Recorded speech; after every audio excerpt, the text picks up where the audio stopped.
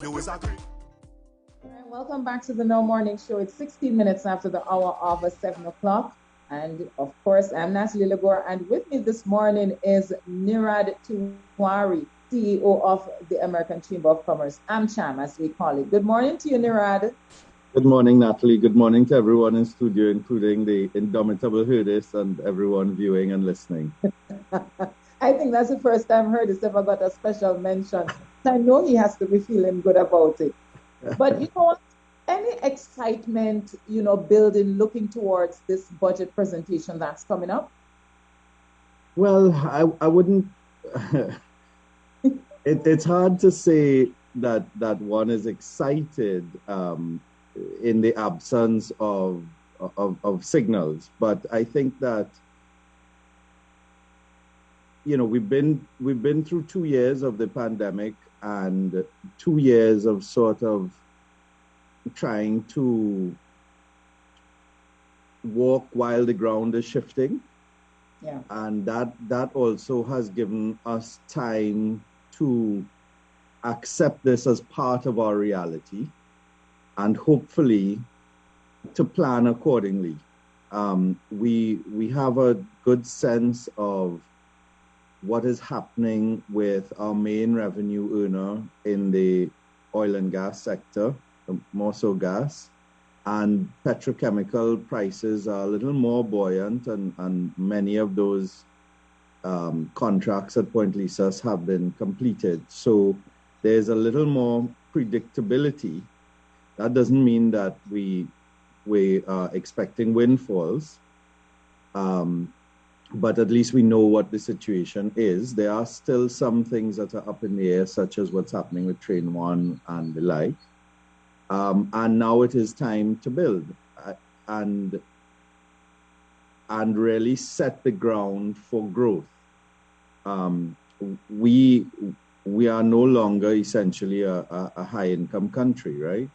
Over the years, I think the last IMF report, I think it was the S&P report, shows that our per capita income has fallen by 19%. I think since in the last decade or so, so that we have definitely to do some things differently and return to growth. And we can't blame our economic situation solely on COVID, because we were in decline before, as in GDP, the GDP had been declining, and our ease of doing business has been falling.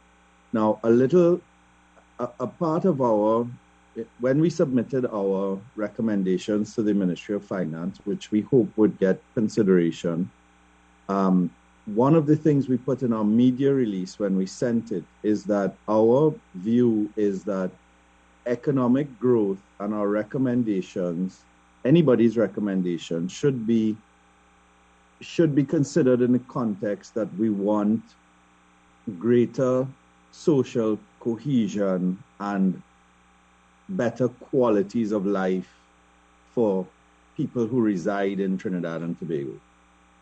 And if we contextualize our budget in that manner, because the budget is just a statement of expenditure, income and expenditure. Yeah. But in Trinidad and Tobago, in the absence of a wider forum for macro and total policy articulation, it tends to be a catch-all debate, right? But if we contextualize what are the outcomes that we want to achieve and how is our expenditure, how are our prioritizations going to lead to the achievement of those outcomes, then hopefully we get a better sense of where we're going, what we're trying to do, and how we can work together to get there. Yeah, but so as you said, year 2 of the pandemic, we've had a budget presentation before, with the pandemic, so that we have an idea from last year, if we can say that, of how the budget will be treated given the environment then, so to speak, right? And you refer to the ease of doing business. If you're to compare, and that played a significant role, if my memory serves me correctly, in the budget presentation of the Minister of Finance last year. But we are in 2021 now. Have we seen any of the changes that were mentioned that are necessary to the growth of that economy, such as the ease of doing business, the digitalization of the economy, having easier access to goods and services? Have we seen any, even if we're not there, any trend in the direction? Yeah. Yes. If you're asking about trends, the answer is for me, very clearly, yes. So you've seen the Ministry of Digital Transformation created. You have seen various government services going online. And then you've seen some departments within the government service, say like the Registrar General's department, say, you know what, we can't wait for digital transformation of government writ large. We're going to go ahead and digitally transform our services. So you've seen some of that. You've seen the partial implementation of ASICUDA in customs. So if you're asking about the trends at the macro level, I think the answer is yes. And there is a recognition that we need to do things differently. If you're asking me about whether the macro or the desire for the big changes have been achieved or are being achieved in a systematic and systemic way, the answer is unequivocally no. So I think there's a recognition and an attempt at a high level. I think the challenges we have are at follow through and coordination levels. So, I was talking with a former very senior government minister some time ago, and he was lamenting the lack of capacity, the relative lack of capacity today compared to years gone by. And I think that is within the public institutions, and that has to do in part with, over time, public servants not being allowed to do what they need to do and to make decisions and implement things based on the data and the policy, but having to take into account other factors that quite frankly they shouldn't have to on the one hand. Directive? Pardon me? Such as what? A political directive? Yes, and that happens over time and across governments. That's not unique to any one government. But it weakens the institution, right? And so, we need to strengthen the institutions to be able to deliver.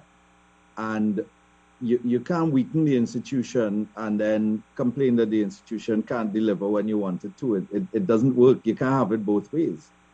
And so I know that the CPO is engaged in an exercise, and I strongly recommend that we get more information on that. We at AMCHAM have been engaging him on that because we think it's important about reclassifying jobs in the public service and how they're going to measure them and so on. And I think they've gotten very, very far. I was hoping that they would have gone to whatever the process is, and he could have come out even more with that.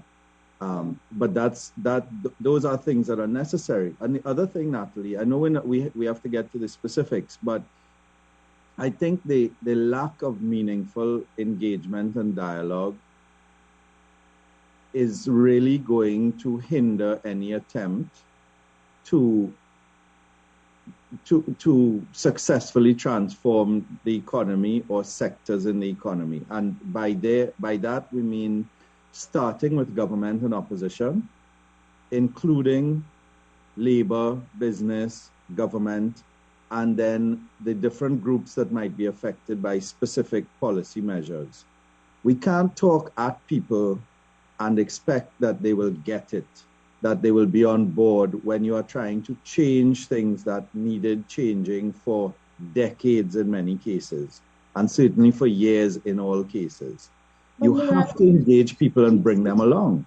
We've seen several attempts. I think even a few years ago, we saw the tripartite agreement, and we saw labor, government, civilians coming to the table, and then somehow that just went up in smokes.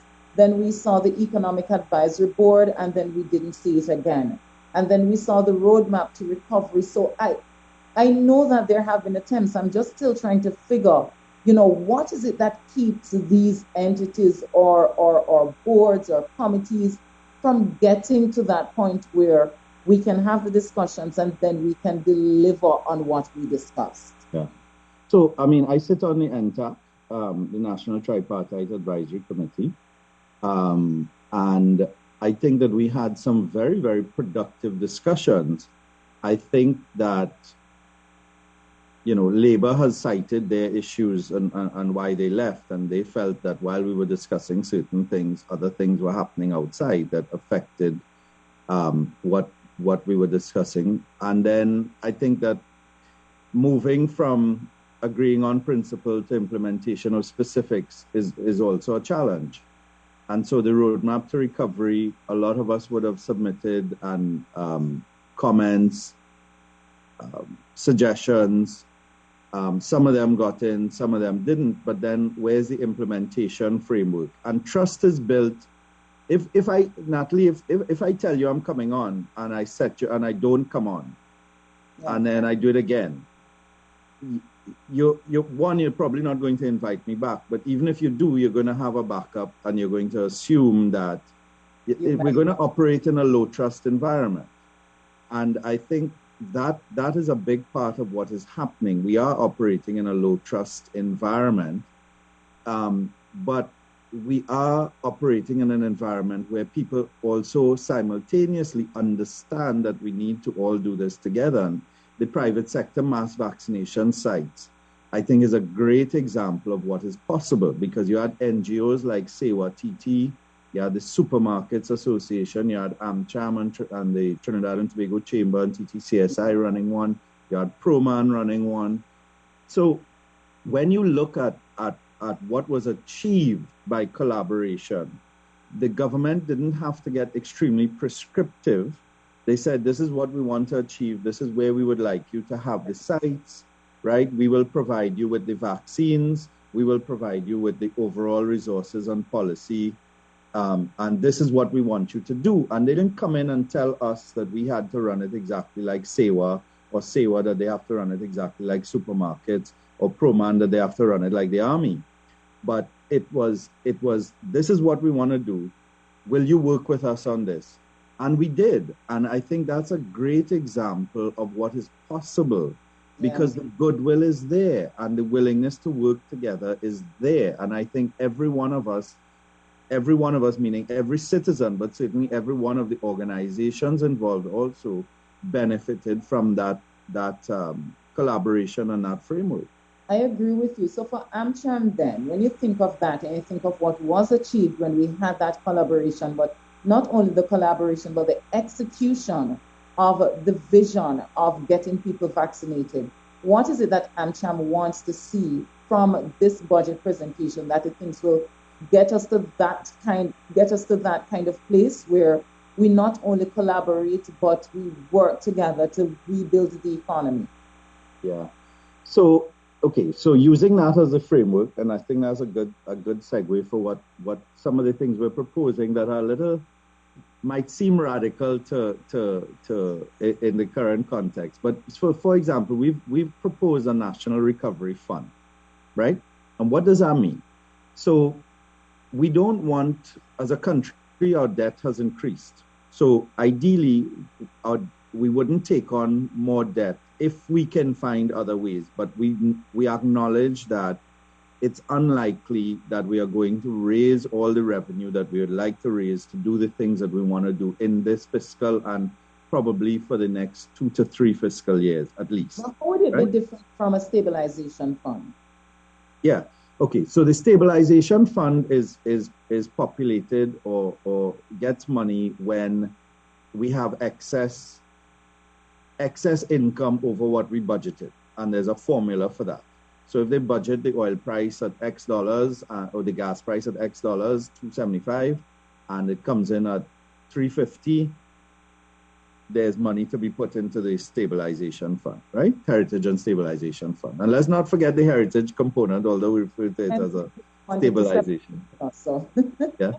But the recovery fund, what we are suggesting is that it be established outside of the current, outside of the consolidated fund, so outside of the general government bank account, and it be managed by an independent board. And we can figure out how we get that independent board. Of course, government has to have representation, and ideally through the public service, but certainly at a policy level, we'll have to have some representation on that. But it should be, the majority should be independent of the politics in terms of governing that board.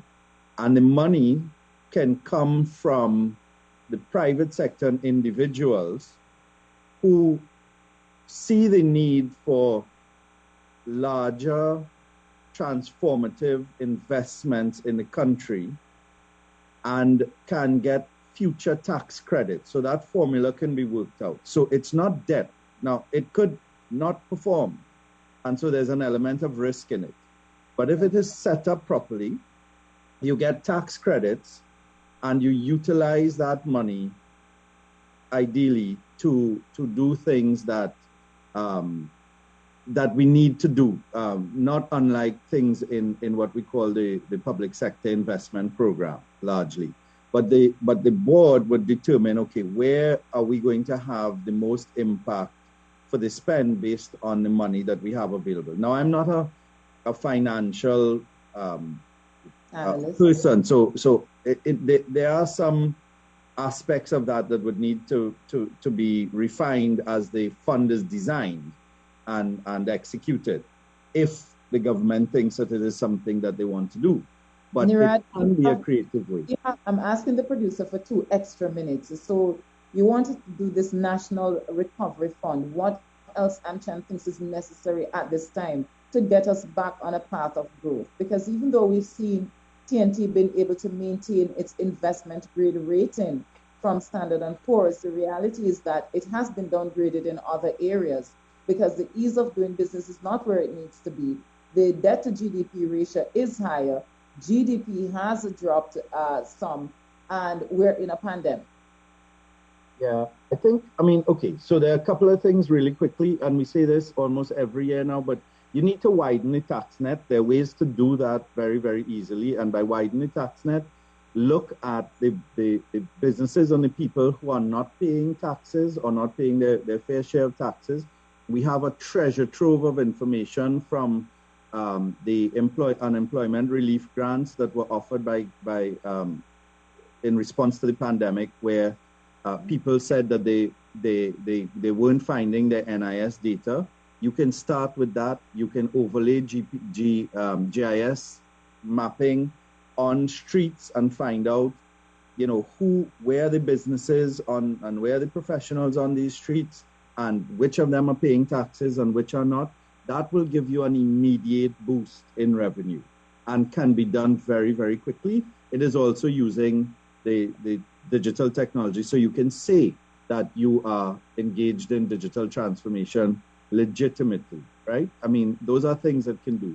We should consider incentivizing venture capital and private equity, as we tried to do some years ago, so that we can raise alternative capital for businesses that need financing in this environment.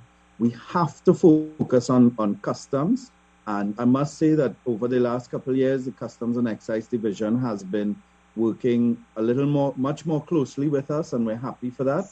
So we have to make sure that they have the resources to be able to engage in some significant reforms. I'm not sure how the Revenue Authority discussion will affect that when the public discourse gets going, but we really need to focus on customs. And of course, the government tech policy enabling digital signatures, a unique national identification number, enabling electronic funds transfer.